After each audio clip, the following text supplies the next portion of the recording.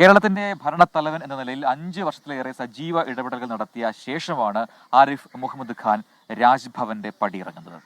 വിസിമാരെ നിയമിക്കാൻ സ്വന്തം നിലയ്ക്ക് സെർച്ച് കമ്മിറ്റി രൂപീകരിച്ചും താൽപര്യമുള്ളവരെ സെനറ്റിലേക്ക് നാമനിർദ്ദേശം ചെയ്തുമെല്ലാം ഗവർണർ സർക്കാർ പോരിന് ആക്കം കൂട്ടി. ബില്ലുകൾ ഒപ്പുവെക്കുന്നതിൽ ചോദ്യമുന്നയിച്ചും ചിലപ്പോൾ ഒപ്പിടാതെ പിടിച്ചുവെച്ചും മറ്റു ചിലപ്പോഴൊക്കെ തിരസ്കരിച്ചും ആരിഫ് മുഹമ്മദ് ഖാൻ താനൊരു റബ്ബർ സ്റ്റാമ്പല്ലെന്ന് സ്വയം പ്രഖ്യാപിച്ചുകൊണ്ടേയിരുന്നു.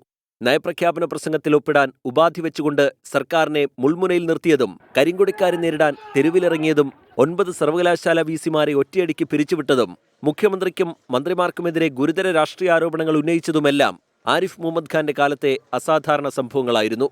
വിവാദങ്ങളുടെ നിരന്തര സഹയാത്രികനായിരിക്കുമ്പോഴും ഗവർണർ പദവിയെയും രാജ്ഭവനെയും ജനകീയമാക്കിയതും ആരിഫ് മുഹമ്മദ് ഖാനാണ്. ജനങ്ങളുടെ പരാതി കേൾക്കാനും അതിൽ ഇടപെടുന്നതിനുമായി രാജ്ഭവന്റെ വാതിലുകൾ തുറന്നിട്ടു. പ്രോട്ടോക്കോളിന്റെ കാർക്കശ്യമില്ലാതെ ആഘോഷ പരിപാടികൾക്ക് ആതിഥേയനായി. പുറത്തെ ചെറിയ പരിപാടികളിൽ പോലും പങ്കെടുക്കാൻ സന്നദ്ധനായതും ആരിഫ് മുഹമ്മദ് ഖാന്റെ പ്രത്യേകതയായിരുന്നു. രാജ്ഭവനിൽ വാർത്താസമ്മേളനം നടത്തിയും അദ്ദേഹം ചരിത്രം സൃഷ്ടിച്ചു. എല്ലാ പ്രധാന വിഷയങ്ങളിലും മാധ്യമങ്ങളോട് പ്രതികരിക്കുന്നതും ആരിഫ് മുഹമ്മദ് ഖാന്റെ ശീലമായിരുന്നു. ഇനി ഇതെല്ലാം ബീഹാറിൽ പ്രതീക്ഷിക്കാം. 24 തിരുവനന്തപുരം.